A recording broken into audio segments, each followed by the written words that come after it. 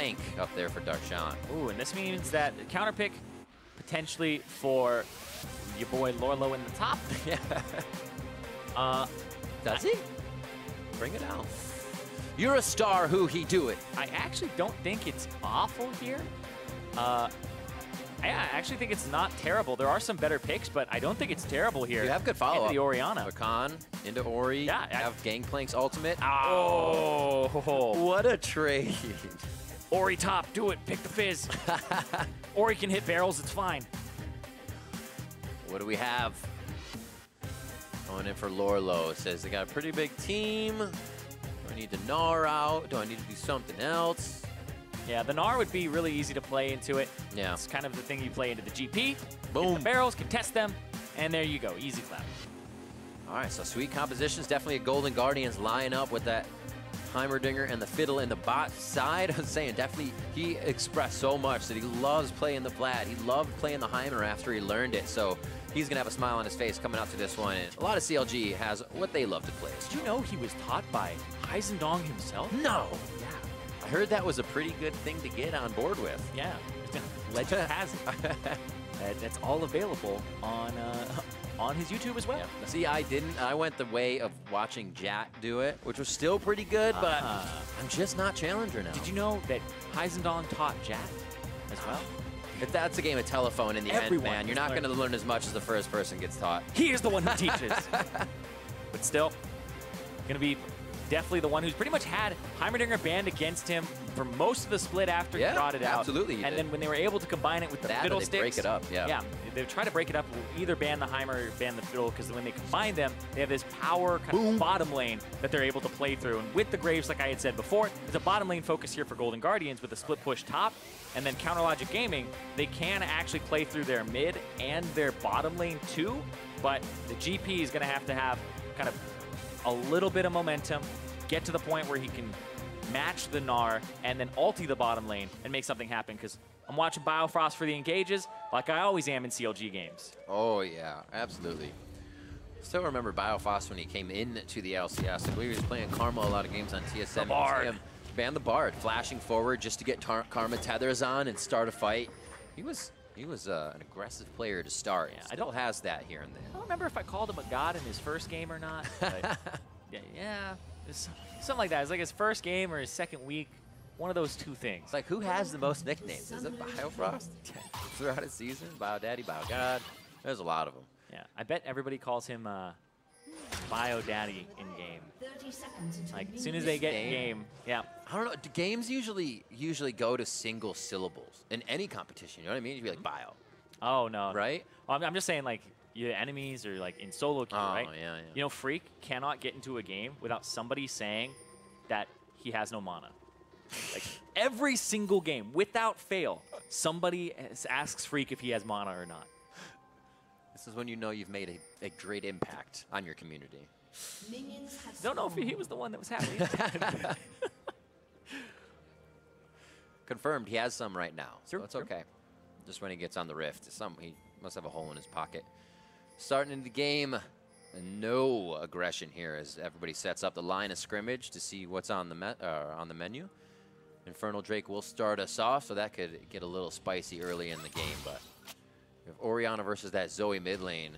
Bobqin's Ori as he was pushed off LeBlanc to Huhi's Zoe. We'll have to see how that goes to start. Yeah, because they blind picked for Bobqin, saying that top lane was actually the more important role to counter pick, when they could have prevented something like the Zoe coming through, which means that Huhi probably would have played maybe the Orianna himself. But Bobqin just goes with the Ori, picks up the cleanse, kind of does due diligence there in summoners. And now, the bounces! The lane. That becomes fun. Matt can control that bottom brush. It becomes so annoying, even if you have vision. Yeah, he's not alone controlling it, though, because you have turrets. Hold on, though. Oh, yeah. Lourlo actually going to get ganked very early here from Wiggly. Wiggly, I believe, has Pillar. Yeah, he went Q into Pillar. Whoop. Quick hit, no hop there. Still level 1 for the top lane as the flash comes through just to make sure they didn't miss anything. Yep. Wiggly wanted that hit. Wiggly went for the flash there just to kind of make sure Lourlo doesn't get to the point where he can flash over. But hey, reduced death timers level 1. He's back. He just wanted to back fast, get some refillable potions. He's good to go. Scuttle will be top side as we see Contractz on bottom. Yeah, Should be going for their blues just after. it's a good call, though, because I think it was Double Lift that after the TL Golden Guardians game, the last time they got to play that Heimer and the Fiddle, it was, rule number 1 of League of Legends is do not chase Sin. Rule number 2 is do not gank Heimerdinger. So Wiggly knows the rules by heart, goes to the top side of the map, ganks Lourlo successfully there. And you pretty much only get pillar level 2 if you're going to gank, Right. or you're going to do a Scuttle Crab, because it knocks the Scuttle Crab and removes the bonus resistances. And I see you. going for level 3 here. If he kills, yep, wow, he just like, he love tapped it. he actually smited it. Yeah, smite down So- left tap. It looked crazy out of Fog, though. He He's gets like, the no, jump bye. out of Lourlo, so they say, hey, Lourlo's been a guy they can look to for a bit of power, a bit of strength in those Hey, lanes. here's the level 3 dive bot lane. I feel like it's a little deja vu using that crystal ball to see this before Zirene. Oh, the kill onto Mattis. They trade back. Contractz can't really take a few more turret shots for himself. Wait. And Lourlo and Darshan are toying between turrets here as he is keeping him from backing. Should be able to get a turret or a barrel in range. Lane. This is not the This is an normal interesting lane. play right here. Because he also has Wiggly farming out the Krugs Yeah. at this point, so the turret's just denying so many minions, and Darshan can still farm. Don't do it, Lourlo. I was like, don't try to hop off his head to get back to the lane. But also this means that the lane is going to shove towards Darshan. I would say the technical term here is Lourlo is kind of screwed. Yeah. You really get your wave manipulated that much in the early game. It's so hard. So what do you, as Lourlo, what's the easiest way when you know your wave is forced to push? We'll actually see this bottom lane first before we get back into that. Yeah, you either suck it up and you just take the deficit and let him beat you, or you call your jungler. But I feel like the jungler has bigger fish to fry in the bottom lane here. Stixxay and Biofrost actually both hit level 3 here off that. The fear and then the silence. Biofrost can't even retaliate because the bounce of the silence is just, it obliterates them. Biofrost can't even W. And hey, he calls his jungler. Ooh. See if they can fry this fish. He knows all about marine life. Darshan stays safe. Stays okay with the orange. Yeah. Like teleport was just used back to lane, so that would have been a very long walk back for him and great timing for Golden Guardian. Darshan is trying to freeze it still. He's like, nope. Nope. Stay off the turret. There's no way that's not reaching the turret. So it will push slightly. You won't get too much of a reset on the wave here. Darshan should build up a little bit, so it'll go back the other way. Ooh. He's like, I don't even care about I'll just take the experience. Yeah. Wow. Yeah, he is just trying to bully him really hard now. Up 12 CS, 5 minutes in. Granted, he hasn't really hit like a item breakpoint that's substantial where it's like Sheen to Doran's items, but you can see Lourlo has gone for just 2 Doran's items, and that item advantage will eventually manifest because it's components to 2 items that are just dead-end items. A few long swords for Stixxay as he returns the lane. We haven't seen that back yet from Golden Guardians, and this may trigger Wiggly to get in. You'll see the frozen domain go down, but wait. Out of the wings comes Contractz, so they might try to trade the play around. He still wants to fight first. Feeling like they can get the damage in. Stixxay cannot really close that gap as they take down Matt. That's the second kill onto him. Biofrost low, but it looks like he can make it out as Wiggly stands in front of the buckshot and takes it all. Great kills by Counterlogic Gaming. Yeah, you can't shoot through people with the passive of Gravez now. He actually, it just absorbs the bullets. So he takes one for Biofrost, says make it home safe. That was so much damage though. I have no idea how Matt got blown up there, but that's the difference between when you take the Airy versus when you take the Aftershock on the Fiddlesticks. The Airy is for the poke, the Aftershock is for when you fear somebody. You're able to get all these extra resistances. Let's see here. See it again. When he actually uses the CC, because I don't know if Matt even got the fear off. Yeah, he gets it on Biofrost, but Biofrost actually still, he buffered through it because he had the W on. So, yeah, doesn't even interrupt the animation. There's Red Smite on Biofrost too. It's like, oh, you can't get him. Oh, not a bullet made it past Wiggly. Yep. Wow. He cut that cone off immediately. Big plays. I mean, Wiggly is actually looking really sick. Like, yeah, let's just talk about his last 2 games. When he played the Gravez, he popped off. He had an amazing performance on it. He went 5-0 and 6 on it. Where they also had a victory in Academy as well. So. Yeah, and yeah, they're also 3-2 in Academy, right? In terms of they went from their quarterfinal was 3-2. They're moving on to the semis for CLG.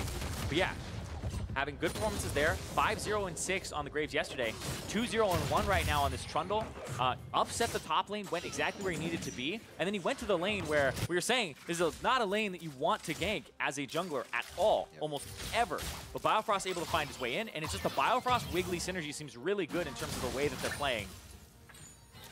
Sure, had to find a little different footing this year as well with Chronologic Gaming, moving over from C9, figuring out what was going to be the deal there, and really coming together now on this team. Get hit there as they go tit for tat in the mid lane from Bobqin and Huhi. Jungler presence, accordingly. Oh, Contractz goes in, but there's Wiggly. Miss on the shockwave. They got to realize Bobqin's out of mana, and Contractz quick draws himself into the death of Huhi and Wiggly. And yeah, went right back. But yeah, Huhi doing a decent job there, and Wiggly showing up over the red buff. So Contractz couldn't see him because he put the ward over. It's deactivated, and then Bobqin with the ultimate, not able to make it stick either. It's kind of all over the place for Golden Guardians. We see this one more time here. The ward goes over. Wiggly, they don't see him till now. He comes out. Shockwave flashed away from by Huhi, and then Contractz is blown up there, and Wiggly is just even further ahead. 2-0 and 2. Missed out on 1 kill. Highest KP on the team. And he is playing for the team. He has now upset the top lane. He has upset the bottom lane. And he has upset the mid lane. And I think he has just upset Golden Guardians. Oh, Darshan going to get scooped back here for Contractz. He could live a little bit longer. Wiggly's on the edge.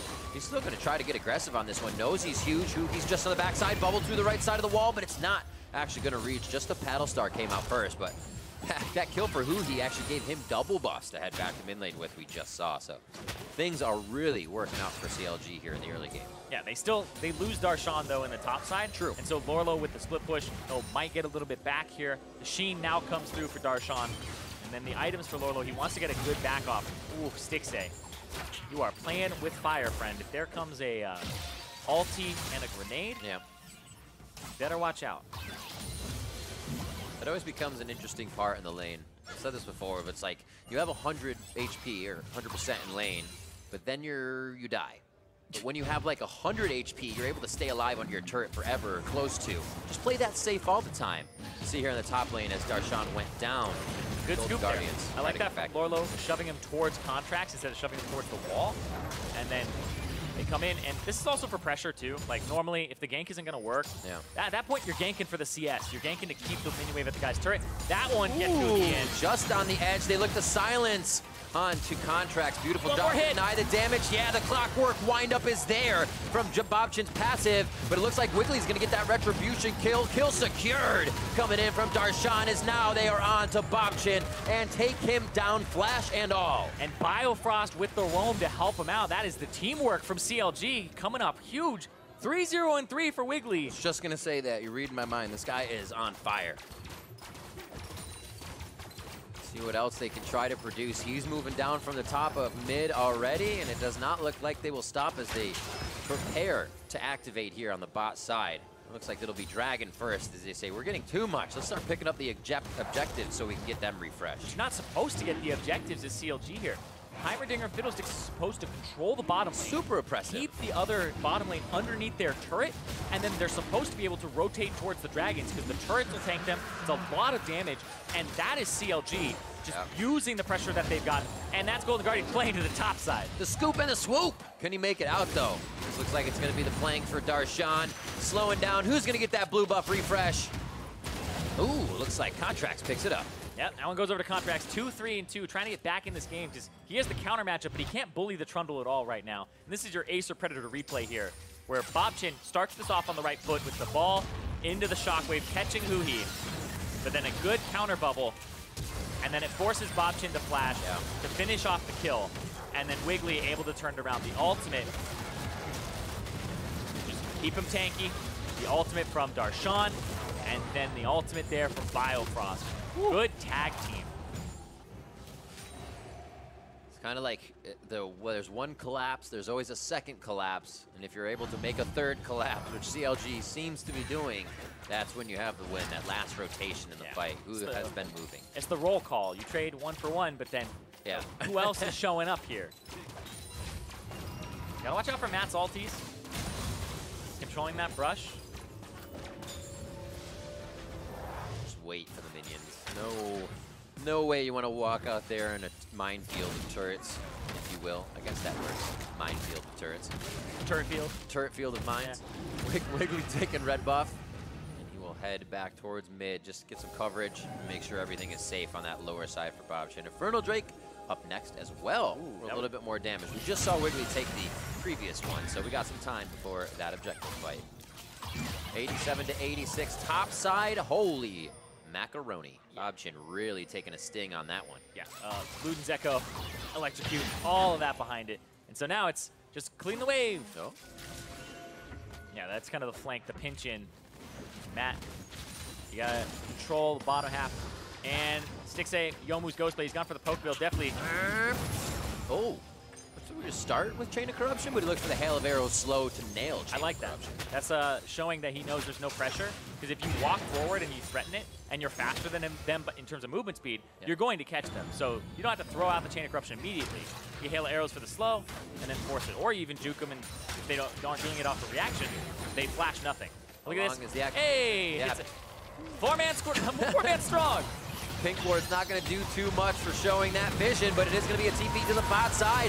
Lourlo wants to complete this with no Gnar bar, so he comes out empty, but that may help in the damage, and the attacks the slow. Over towards Huhi, misses one boomerang with the hop, and Darshan's ready to activate on this one as they get a drowsy onto Lourlo. Is the continuation there for the fight? Barrels in, Lourlo actually flashes. This one going very much in the flow of CLG.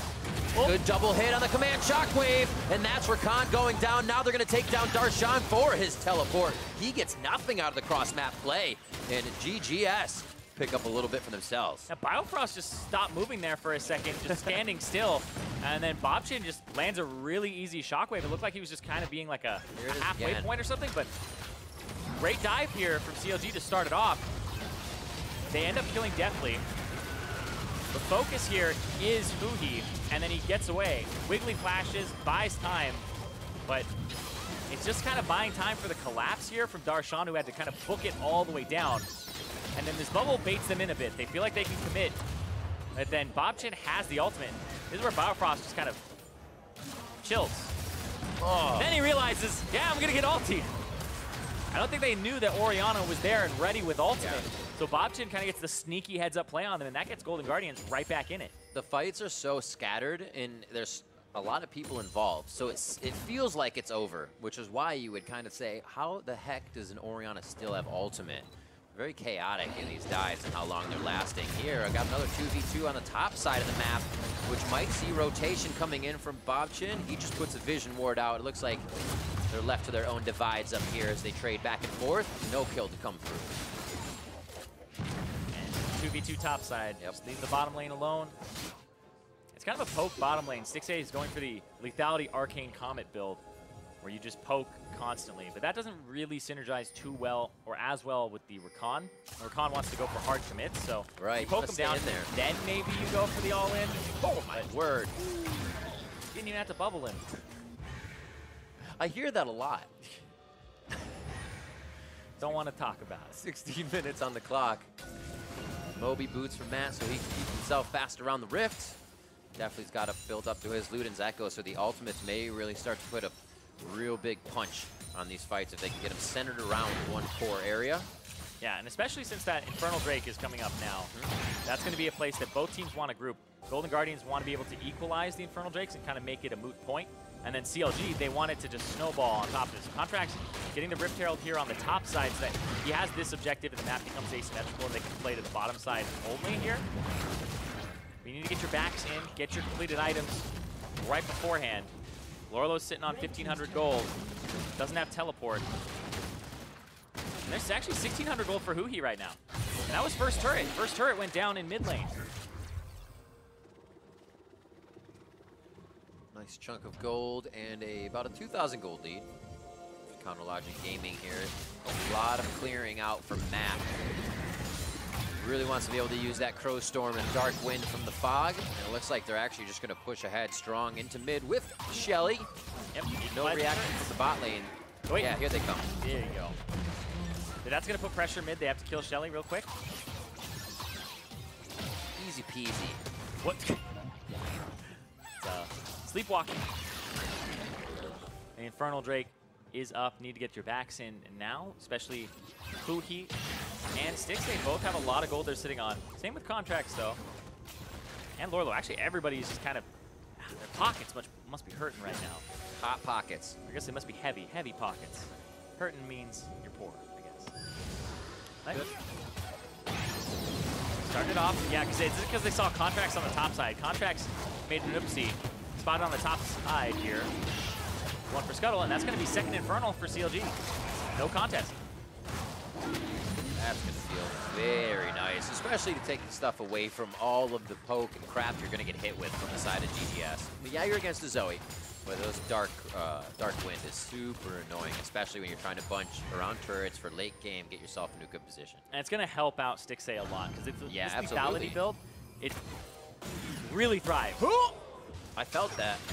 Yeah. That was painful. There's like certain break points and you kind of feel it more because when you have armor penetration, like the AD is just going to go a longer way, right? Yeah. So you're going to get more of it through. And I like that. And the fact that they have those two Infernals, a lot of times we talk about, oh, you know, Infernal Drake versus Ocean Drake versus Mountain versus Cloud. It's like, oh, these ones are better than others. But it's like here, Infernal Drake is absolutely fantastic for CLG. 4 of these guys really want to use it. The Trundle, the GP, right? You don't have like a dedicated tank on it. And so this, and Stixxay makes a ton of use of it early on too, instead of having to wait for, you know, a lot of marksmen go for a crit item, like Storm Razor, into an attack speed item. And so this is just more AD stacking on top of each other. You don't have to make those kind of breaks for attack speed. So you have even more AD than you normally would on top of it because you go for these 2 damage items into the increase. You get a slight bit of attack speed from his passive. Yep. It's nice. Feels good when you can start really racking it up and get those enemies or minions to fall down. 20 minutes coming up on the clock. We've said those 2 Infernals, but also 30 seconds on to Baron. Now, is that a fight that really CLG wants to take? Grouped up, Shockwave, Lourlo's Gnra could be built up. You're also looking at that Heimer and the Fiddle we've been talking about. Yeah, but you gotta watch Golden Guardians too, because now lane swap's coming through. There's the TP from Deftly to get to the top side. They were caught a little bit unawares. And they use that teleport to rotate him up, keep him on the top side. You also have to worry about the Heimerdinger potentially sneaking a Baron. It's very easy to do so. And they're looking for Bobqin. Portal jumped into down. Pillar goes out, trying to flash forward, land the bubble. No hit on that one. Bobqin gets out safely with a quick shield.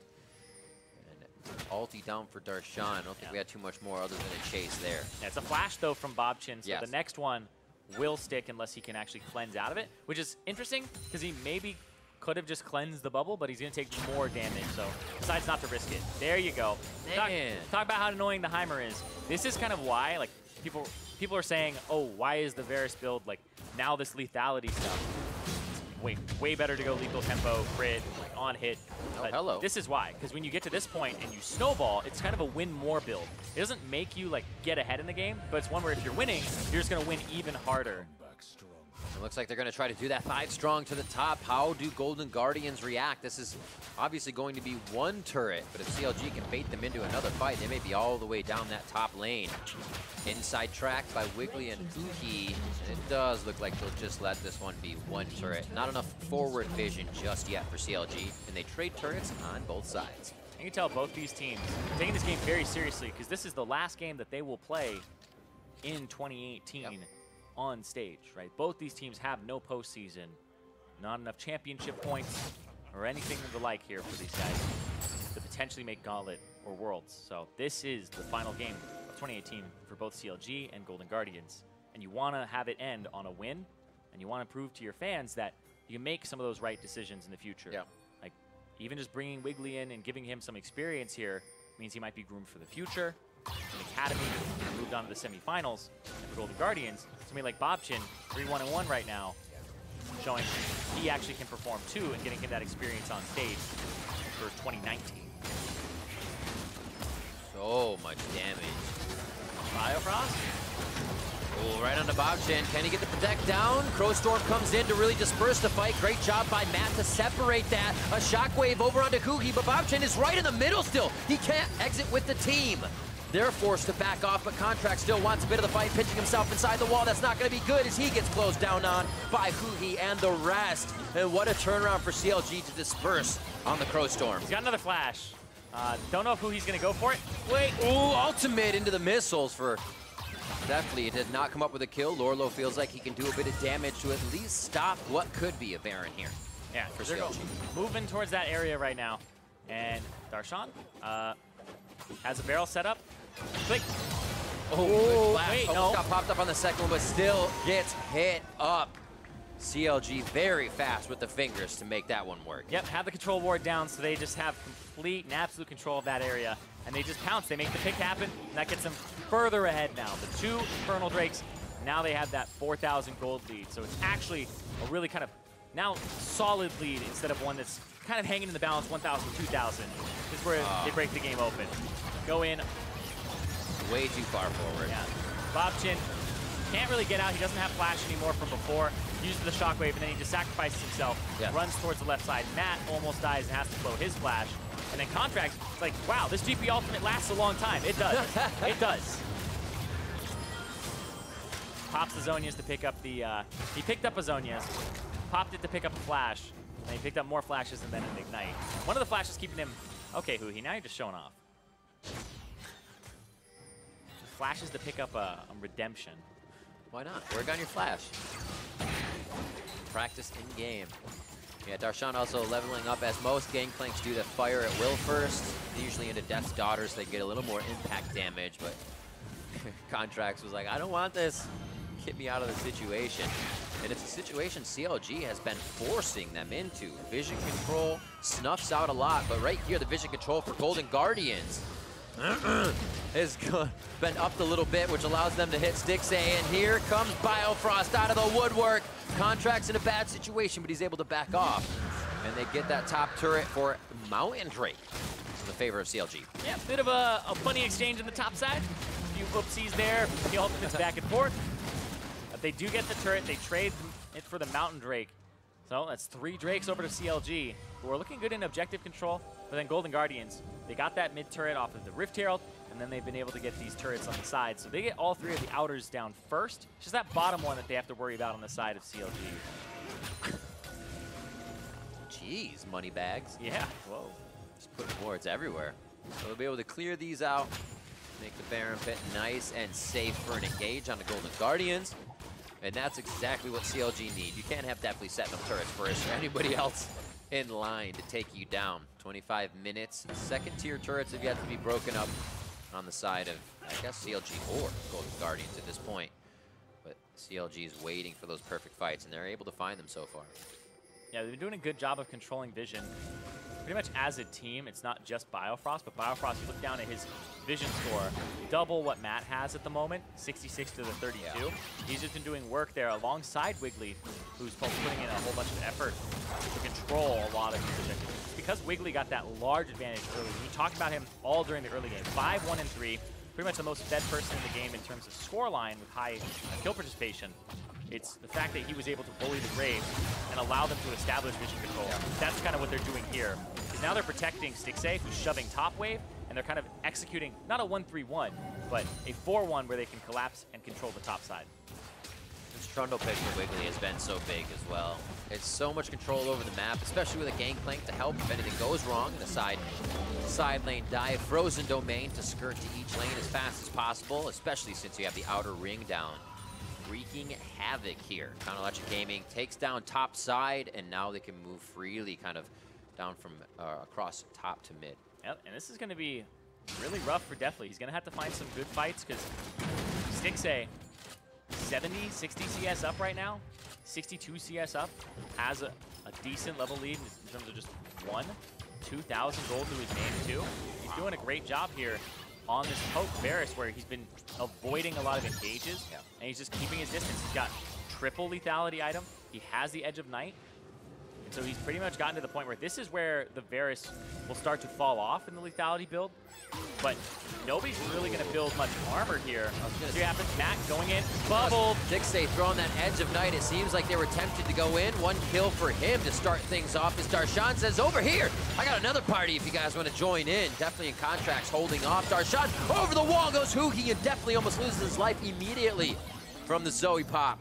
It looks like they get out to safety, but they are going to have to contest this Baron with numbers down. Lourlo does as much damage as he can on the bot side before he has to teleport. Yeah, see if he actually does TP into this, because they've been kind of saying no to some of the objectives. The teleport to mid, coming in from Deftly so they can approach the fight. It's their closest ward. That's going to be gone. They cannot get in with the objective controlling composition. Golden Guardians, they are forced off due to the overall power of CLG. They're going to go ahead and trade a turret on the bot side to try and open up that map pressure. That's all they can really get there. Lourlo decides not to TP in, holds it for later, and then that's the Baron over to Counter Logic Gaming. Now 5,000 gold up in a fantastic spot here to try and close out their season. Even Huhi's feeling it right now too. Oh, there it is. Majai is a soul stealer for himself. 7 stacks on it currently. Can he get to 20? 25. That would be insane. Then you could miss all your abilities and kill someone as Zoe. Do you really need a Majai for that? No, anyway. Yeah. Oh, it'll never end. See if he gets to the 20. Of course, you only need the 10 to get to the extra passive. Clear becomes so much harder for the Magic team. They're like, Contractz, bring that shotgun over here so we can actually get rid of this minion wave. Bot lane's going to be pushed in, so you'll see CLG with the cavalry in just a few moments on the bot side too. This is becoming very much of a stranglehold on the side of Golden Guardians Rift as they lose more and more ground. Yeah, CLG, those double Infernals helping them out so much during the early parts. Now that Mountain Drake's kicking in, they get to take these turns quickly. Yeah, that was real quick. The travel ball. And push in the bottom, now push in the mid. Systematically going across and trying to prove that they can close these games out. CLG, their season has been early game leads, not able to close. But this is a lead where I would be incredibly impressed if they aren't able to close this 8,000 gold lead here. Granted, stuff like that has happened before for CLG, but the position that they're in relative to their opponents in terms of pressure, I feel like it would be so hard for them to end up losing this one. Light for Golden Guardians at the end of the tunnel. There is power on Contractz with those 3 kills. Bobqin. Yeah, but true. It's so conditional that those two have to hit their ultimates perfectly here on multiple members. That's what makes the fights so much harder when you fall behind. You don't get those leniencies to miss a few abilities in a fight. 12-7 as 30 minutes ticks over on the clock, and Golden Guardians lose their first inhibitor with a minute and a half left on CLG's Baron. Nope. Through the shield, crack the armor right open. And now they're onto mid. Contractz forced to quick draw away. Lourlo doesn't have the Gnra bar to use onto this fight.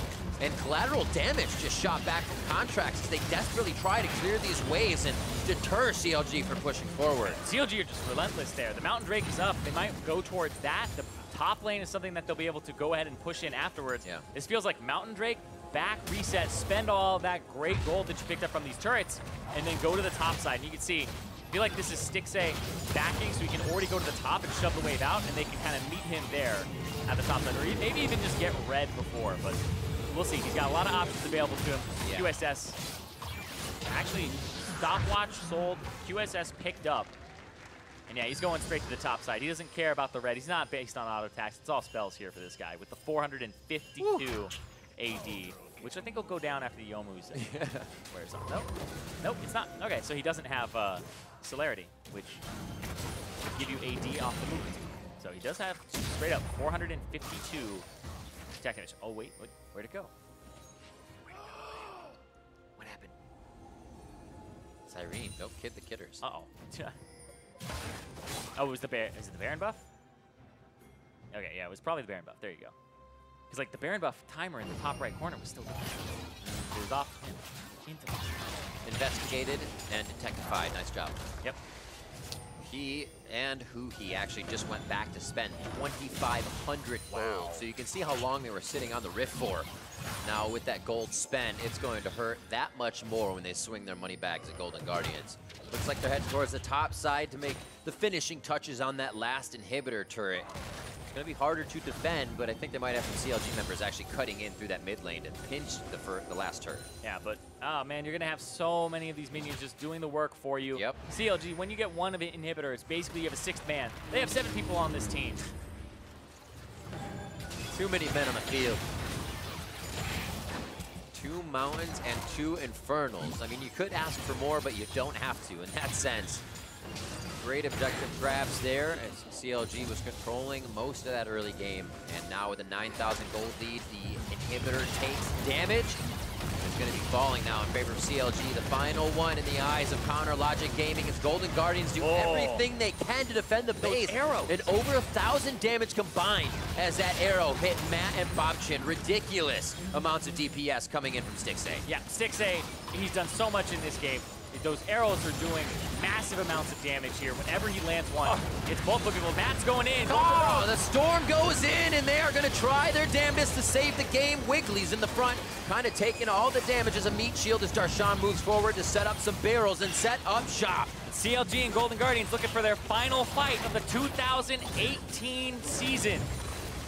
Very tentative for both. Lourlo wants in. A double sweep back as he lives with a sliver of health for moments. Then he goes down. Bobqin as well in the same sort. And he falls. Double kill coming in for Stixxay. 3 still stand in that pentakill in his eyes. But there's a lot of health in between him and that pentakill. A Nexus turret with about 10% HP.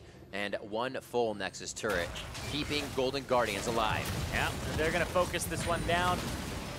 Stixxay just puts 1 more arrow into it. They got to get that top wave over. There's 30 seconds on Lourlo, 30 on Bobqin.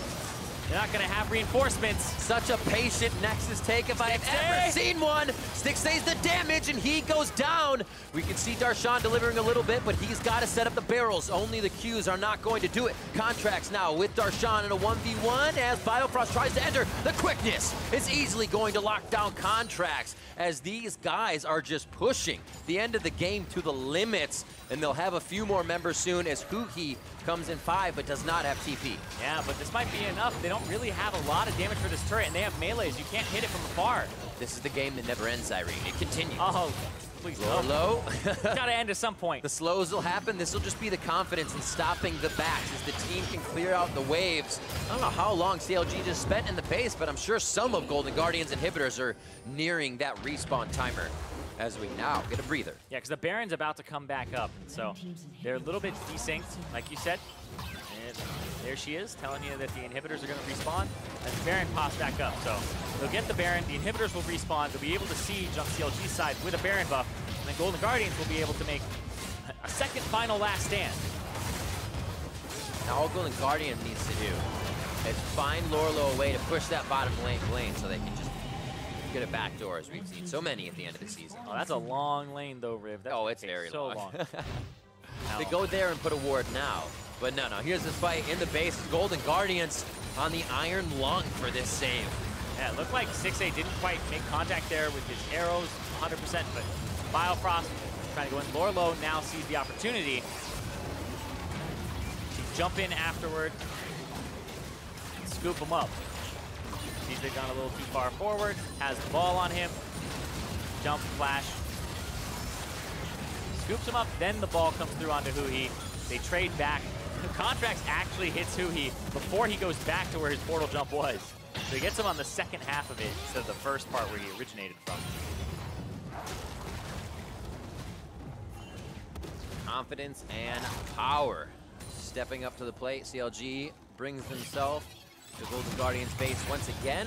Magi's not working out so much for Huhi as he loses a few pages as Golden Guardians rips those out in the last engage. Yeah, but I'm looking at the vision score from Biofrost. That is a that's disgusting. That is a fatty vision score at 36 minutes. And that's good because I've always wondered, is mine good? Is mine bad? Oh, unfortunate.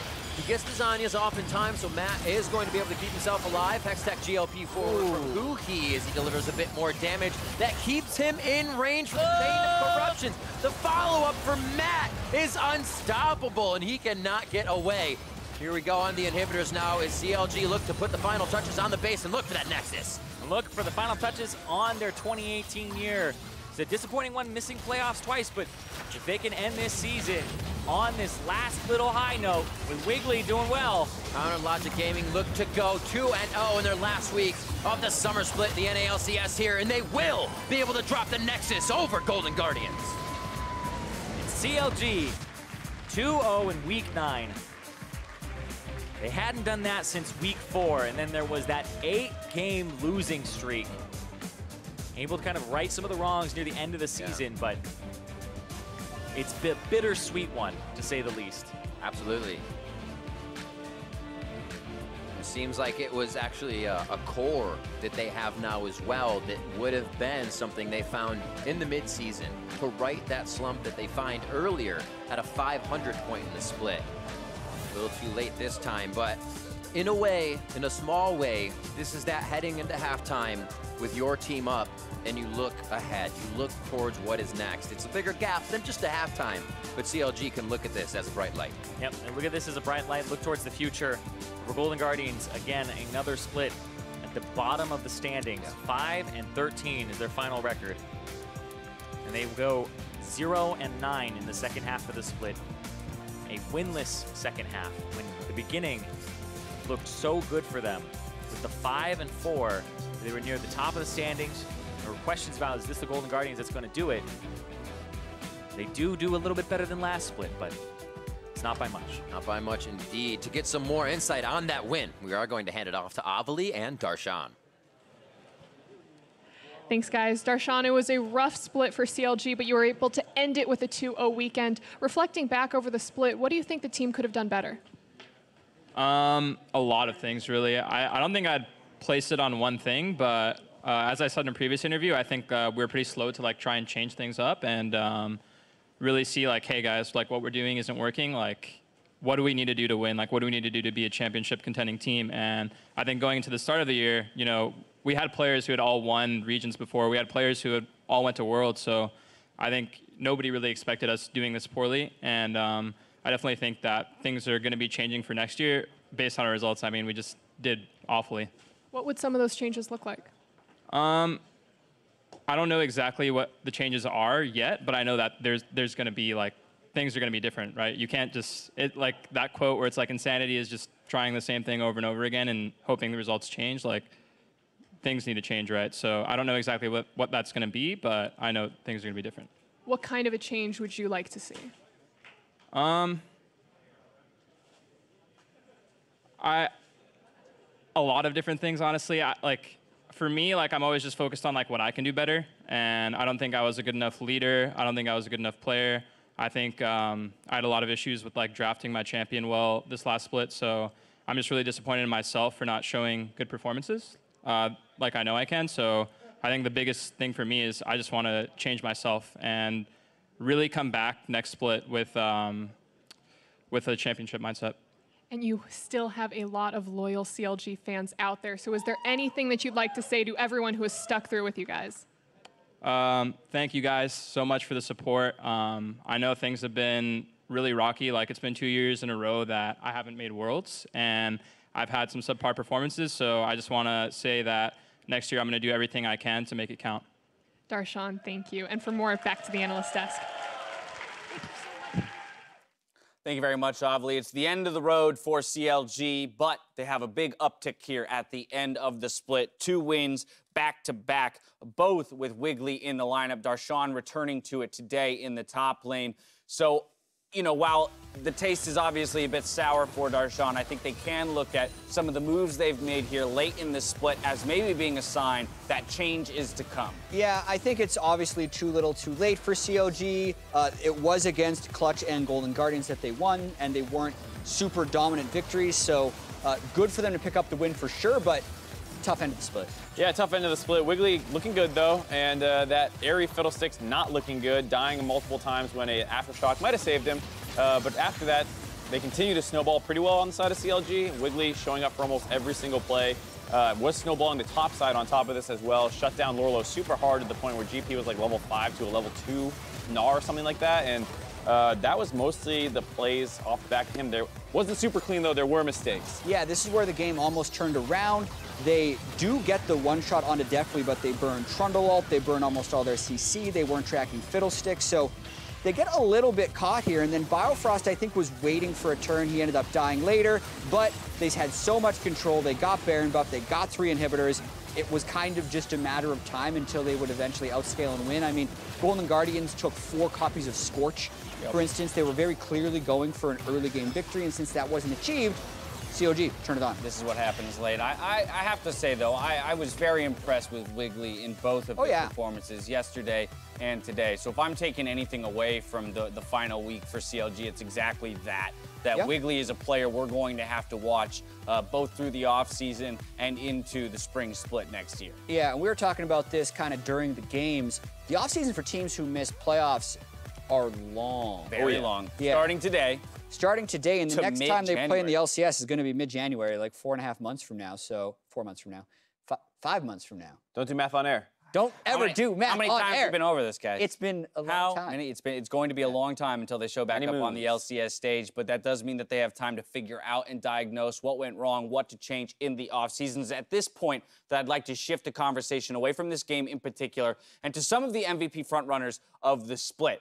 So I'm going to throw some names out there. We'll kind of work through them one by one. We're going to start with a player on the #1 team in the league, Doublelift. Yeah, and I think he is kind of the front runner now that 100 Thieves has started dropping off, and the fact that they have solidified themselves after a great end to the last split, that Doublelift kind of emerges as the key focal player on the #1 team. Yeah, a lot of times, sometimes with the best team as well, you have players splitting votes with other members of the team. I don't necessarily know if that would happen with Doublelift unless people are throwing votes towards xSmithy, who's had some big games, but very near the top of the charts in all the AD carry stats and on the #1 team. But you and I were talking off air, and if we're being honest with each other, this is nowhere near Doublelift's best split, probably. And it kind of feels like that Leonardo DiCaprio, Kobe Bryant award where it's like, well, he should have gotten it probably multiple times before this and hasn't. Or at least once. Right. At least once before, hasn't got it, and then there's no other great candidates ripping it out of his hands this split. And but it's tough because as well, Team Liquid just, you know, while being the #1 team in the league is not the most dominant #1 team we've ever had. Yeah. So again, everything's kind of couched by that sentiment or feeling. Yeah, and there's a lot of other contenders as well. All right, who's up next? Well, Someday is someone who was at the top of the conversation for a while and I think was definitely hit by the last 3 losses they've had. Not that he even played that poorly in those games. He's been near the top of the league in kills the whole split as a top laner. Yeah, I think he's suffering a little bit from his team falling off because if you look at even the games and his losses, you know, like a 5-2-7 Mundo. His Jax today was great. Yeah, his Jax was fantastic today. A 2-1-13 Gangplank, a 2-1-2 Mundo in the losses. And so he is an absolute workhorse this split. And I just think he might be hurt by some of the recent struggles of 100 Thieves. I think that's another balance thing too, right? The idea of recency. That's always a struggle when it comes to voting. You end up kind of wanting to wait the final 3 weeks of the split, but remembering the dominance that he displayed in the first half. Aatrox. I mean, that's absolutely nuts, and that's a big part of why 100 Thieves even had the ability to drop a few games here late in the split and still end up where they are in the standings. Yeah, still have playoffs. Someday's also another guy who might be splitting votes with Aphromoo. Aphromoo was the spring split MVP after their 12-win regular season. This split, they're at 10. It also just feels hard to give back-to-back MVPs to the same team when they're fighting for 4th and 3rd. It's just like a narratively hard thing to accept. They had 2 of the most valuable players in the league. All right, next up, Cloud9. We're going to talk about 2 guys on this roster because I think there's an interesting conversation when it comes to all the roster swaps that happened. You've got Licorice in the top lane, the guy who's been there the entire split long. And then you've got Jensen coming in on the back half, putting up huge numbers, and bringing C9 to that state of being the hottest team in the league currently. And then you even have Sneaky, who actually has a higher win rate, but his numbers haven't backed him up. So I do think it would be a conversation about Licorice or Jensen. If Cloud9 does get the playoff bye, these guys are actually going to be getting a lot of votes, I feel like. And To me, Licorice has been performing the whole time, and it doesn't matter if they had like ups and downs. They'd be on the second best team, which is still valid for a top-performing top laner. Right. I mean, it's basically the question of like, do you value the guy who came in and it feels like was the catalyst because he has those monstrous games on Zillion and stuff like that that turned it around, or do you value the guy who's been there the whole time and also still have great performances? You know, the 12-7-2 Aurelia and a loss where they built a whole team comp around him. That gold lead average at 15 for Licorice is a higher gold at 15 than any other team in the LCS. Like, no one else is averaging a good gold lead. That's stat for you right there. All right, hold on. That's a bit of an unfair stat because his bot lane's not getting any help. So Sneaky has horrible negative CSD Well, I think gold. Cloud9's gold difference in 15 is like 700. So Yeah, but almost I'm just saying that, like, yeah, that's how teams work. Is one person's getting the resources, so they should but have his the point lead. is that Licorice's lead is greater than other teams. Yeah, and I'm saying other totally. teams have to make a decision. It's going to be like one player on so every that they, team. so that one they, player end up, they end up net 300 one player on every but that team doesn't mean frequently another has player more than isn't other that teams. high. Okay, Yeah, I got yeah. you, I got you. We're going to step He's away bad. when we return. Echo Fox aims to take down Clutch Gaming, so don't go anywhere.